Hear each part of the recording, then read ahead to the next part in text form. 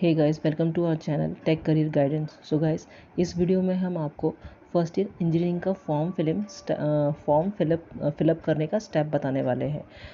ये जो हम स्टेप बताने वाले हैं आपको स्टेप बाय स्टेप बताएंगे, जिससे आपको इजीली समझ में आ जाएगा कि आपको फॉर्म कैसे फिलअप करना है, प्रोसेस कैसे करना है। सो गाइस, सबसे पहले हमें कोई भी ब्राउज़र के थ्रू, जैसे गूगल क्रोम है या मोजिला है एक्सेट्रा, किसी के थ्रू भी हम डायरेक्ट गूगल में सर्च कर सकते हैं mahacity.org को।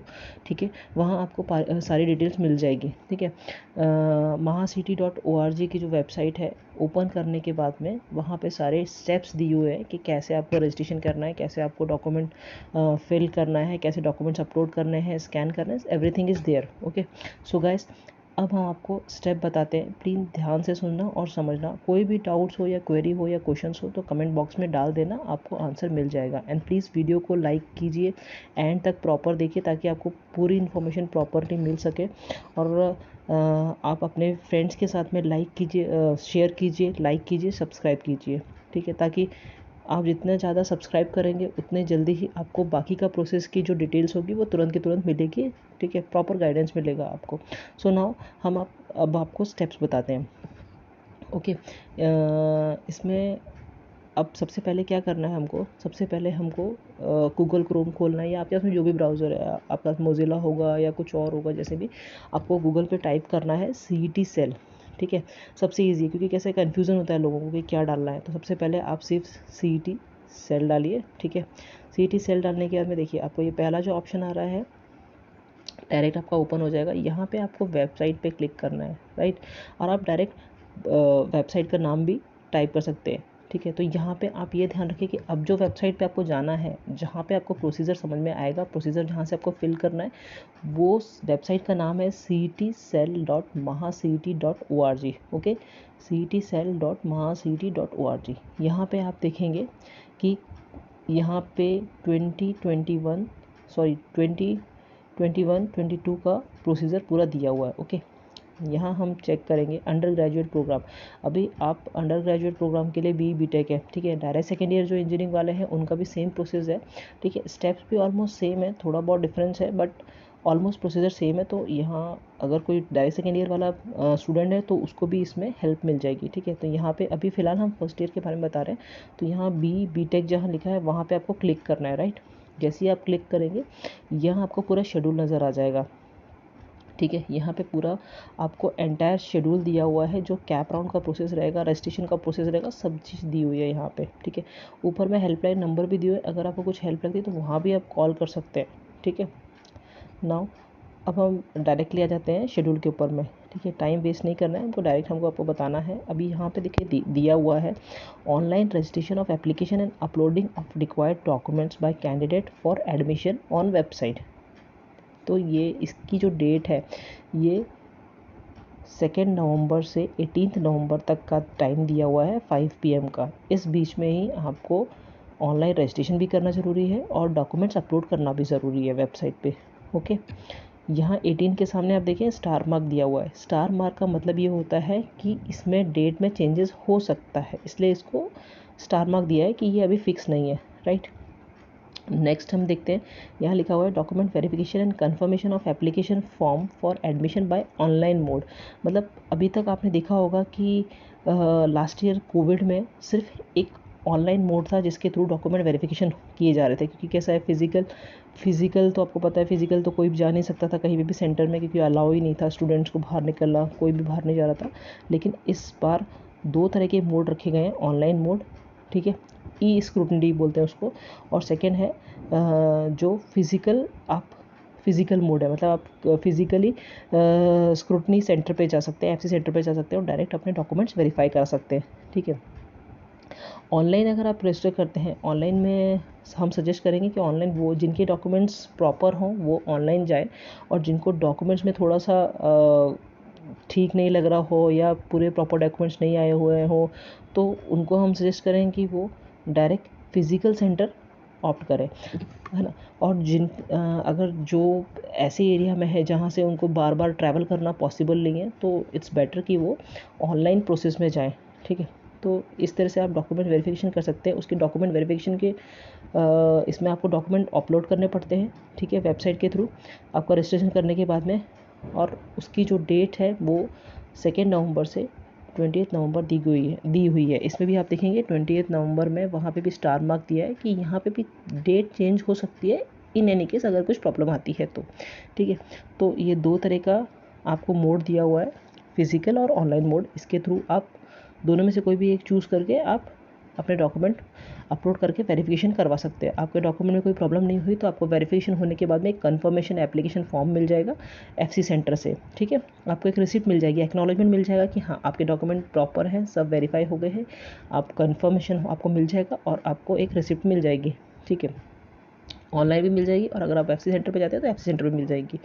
नेक्स्ट अगर हम देखते हैं, अगर देखिए अभी इसमें एक नोटिफिकेशन दिया हुआ है कि application registered after 18 November 2021 shall be consider only for non cap seat. मतलब इसका मतलब यही है कि अगर आपने 18 नवंबर तक रजिस्ट्रेशन नहीं किया और 18 नवंबर के बाद अगर आप रजिस्ट्रेशन करते हैं तो आप नॉन कैप में जाएंगे, आप कैप के लिए नहीं पार्टिसिपेट कर सकते, ठीक है। तो इसलिए आपको ध्यान रखना है कि आपका रजिस्ट्रेशन जो है 18 नवंबर तक हो जाना चाहिए अगर आप कैप के थ्रू अप्लाई करना चाहते हैं, ठीक है। देन नेक्स्ट आपको दिखाते हैं हम यहाँ पे आपको शेड्यूल दिखाते हैं, ठीक है। इसके लिए हम क्या करेंगे कि click here for entire schedule, right. Entire schedule में जाने के बाद में ना आपको सारी इंपॉर्टेंट डेट्स नज़र आती हैं। जस्ट अ मिनट, यहाँ इंपॉर्टेंट डेट्स में चले जाएंगे हम, राइट।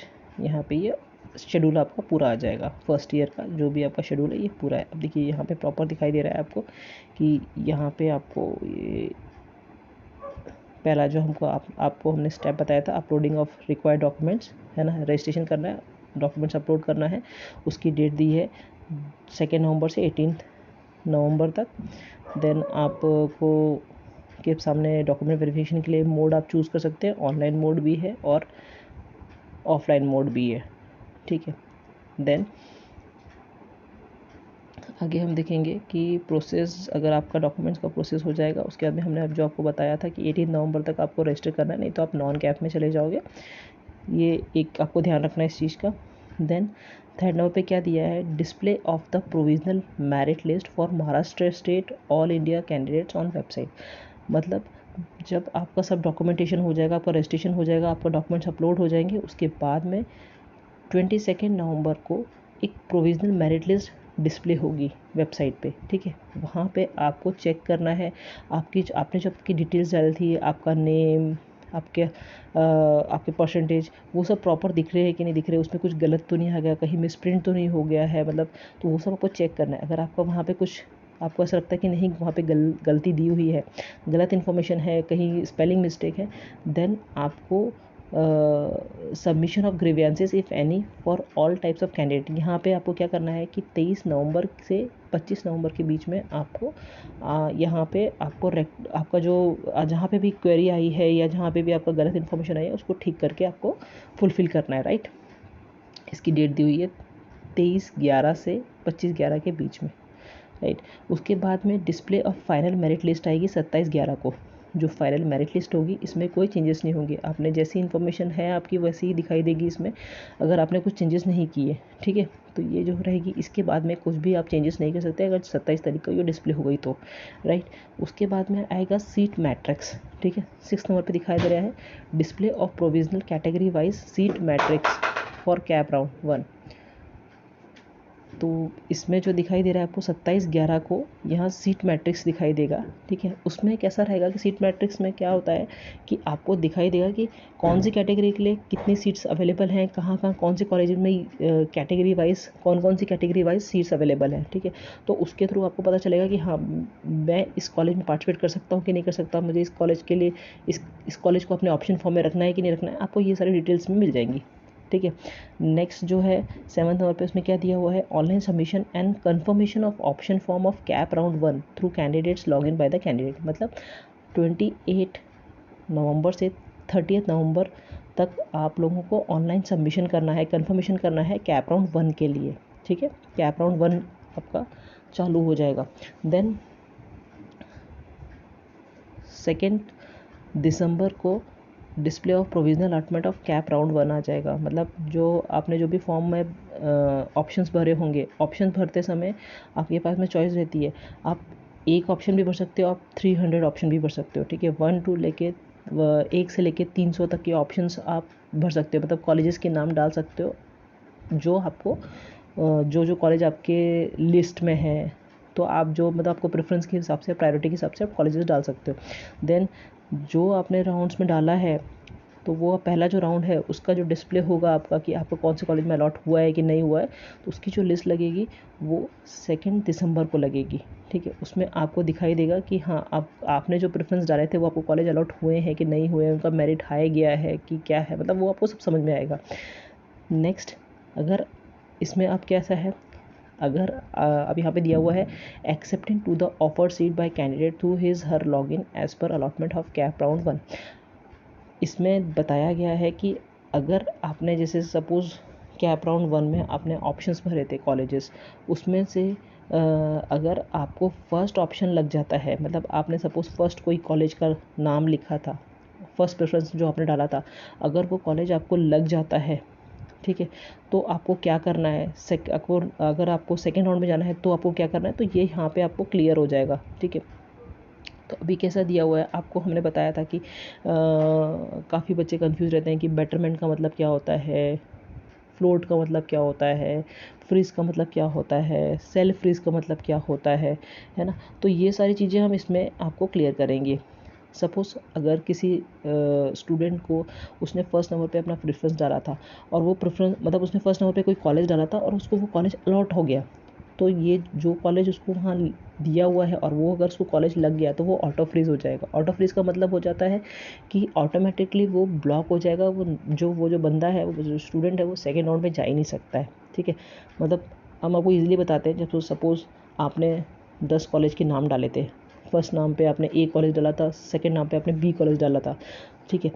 अब आपको अगर ए कॉलेज लग गया है तो वो आपका पहला प्रेफरेंस था, तो वो ऑटोमेटिकली ऑटो फ्रीज हो जाएगा, ठीक है। तो यहाँ पे आपको कैसा है कि आपको इस कॉलेज में एडमिशन लेना ही पड़ेगा, या तो मतलब लेना पड़ेगा, क्योंकि कैसा है आप सेकेंड राउंड में जा ही नहीं सकते, वहाँ पे वो क्लोज हो जाएगा, वहाँ पे वो ऑटो फ्रीज हो चुका है आपका, तो आप you are not eligible for second round, ठीक है। तो नेक्स्ट, अगर आपको ऐसा लगता है कि नहीं मुझे इस कॉलेज में नहीं चाहिए है, तो फिर आप कैप के बाहर हो जाओगे, ठीक है। तो आपको फिर मैनेजमेंट सीट से ही ट्राई करना पड़ेगा किसी भी कॉलेज, जिस कॉलेज में आप चाहते हो। सेकंड, अगर आपने 10 कॉलेज भरे थे, उसमें से सेकंड वाला आपको लगता है, मतलब फर्स्ट वाला प्रेफरेंस जो आपने भरा था वो तो आपको लगा ही नहीं, बट सेकंड में जो आपने कॉलेज लगा था, बी कॉलेज डाला था, वो कॉलेज आपको लगा है, बट हाँ आपका मन है कि हाँ मेरे को वो बी कॉलेज में लेना है, तो आप उसको सेल्फ फ्रीज कर सकते हो, ठीक है। सेल्फ फ्रीज का मतलब आपने वो एक्सेप्ट कर लिया सीट, आपको पेमेंट करना है और आप वहाँ पे जाके आपको एडमिशन बुकिंग करनी है। नेक्स्ट आता है एक और जो होता है, जो हम लोग बताया था बेटरमेंट के लिए। सपोज़ आपको सेकंड नंबर का ऑप्शन लगा है, बट आपको ऐसा मन है कि नहीं मेरे को आगे ट्राई करना है, मुझे बेटर कॉलेज के लिए ट्राई करना है, मुझे नहीं लेना है इसमें, बट मैं ये ऑप्शन रख सकता हूँ, अगर मेरे को आगे कोई और कॉलेज नहीं लगता तो मुझे ये कॉलेज चाहिए है, तो इसके बाद में आप क्या कर सकते हो, आप बेटरमेंट के लिए जा सकते हो, ठीक है। आप बेटरमेंट का ऑप्शन चूज़ कर सकते हो। बेटरमेंट में आपको कैसा है, आपको एक और राउंड, सेकंड राउंड में जाने की ऑप्शन मिल जाएगा, तो सेकंड राउंड में आप जा सकते हो, ठीक है। देन देखिए यहाँ पे दिया ही हुआ है, यहाँ पे हमको पढ़ के दिखाते हैं देख, ताकि आपको समझ में आ जाए। Candidate who have allotted other than first preference and self-freeze their allotment in round 1 through their login must accept the seat and shall pay the seat acceptance fees through online mode. Such candidates shall not be eligible for participation in subsequent rounds. मतलब second round में नहीं जाएंगे जो self freeze कर देते हैं, ठीक है। Next, candidate who have allotted other than first preference and want betterment in the subsequent rounds must claim the allotted seat in round 1 by accepting that seat by choosing not freeze option for betterment। मतलब आपको not freeze का option choose करना है, not freeze किया मतलब आप betterment के लिए जा सकते हो, ठीक है। ये जो राउंड है ये इस तरह से चलेंगे, ठीक है। फिर आप नेक्स्ट क्या आता है, reporting to the allotted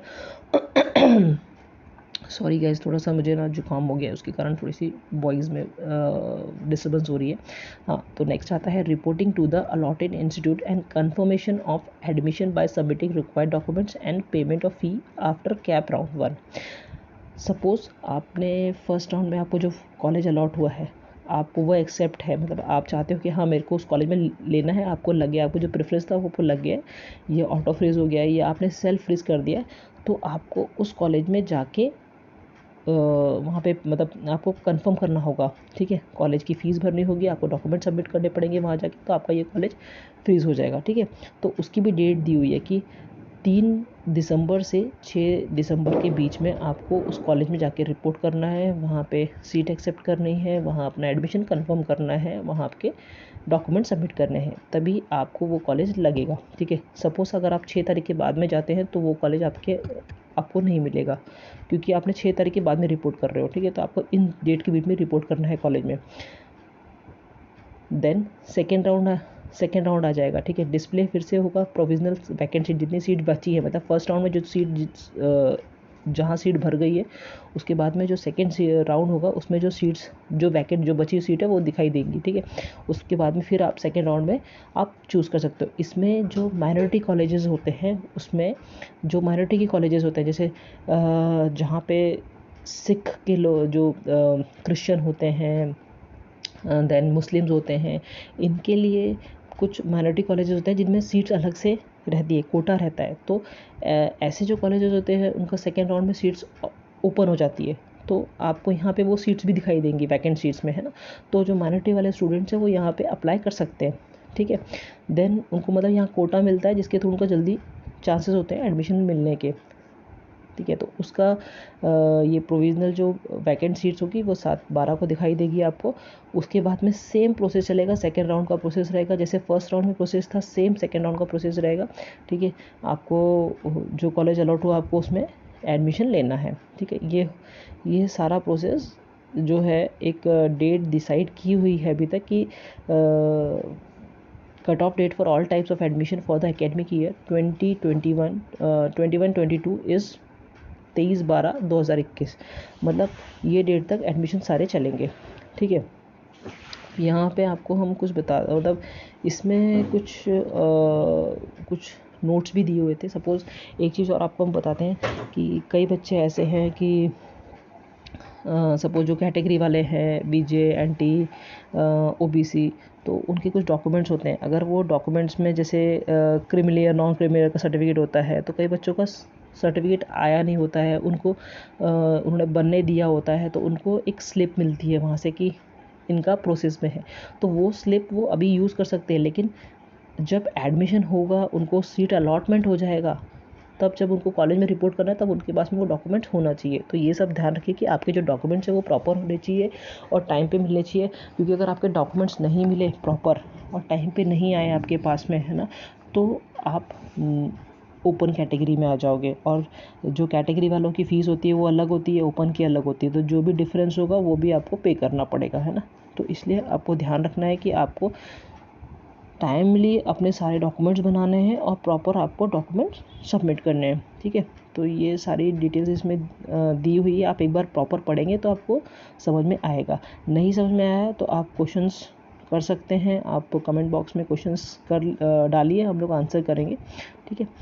thank you guys. अगर वीडियो अच्छा लगा तो प्लीज़ लाइक करो, सब्सक्राइब करो और शेयर करो, ताकि आपको और भी इन्फॉर्मेशन वीडियोस मिल सके। Thank you guys.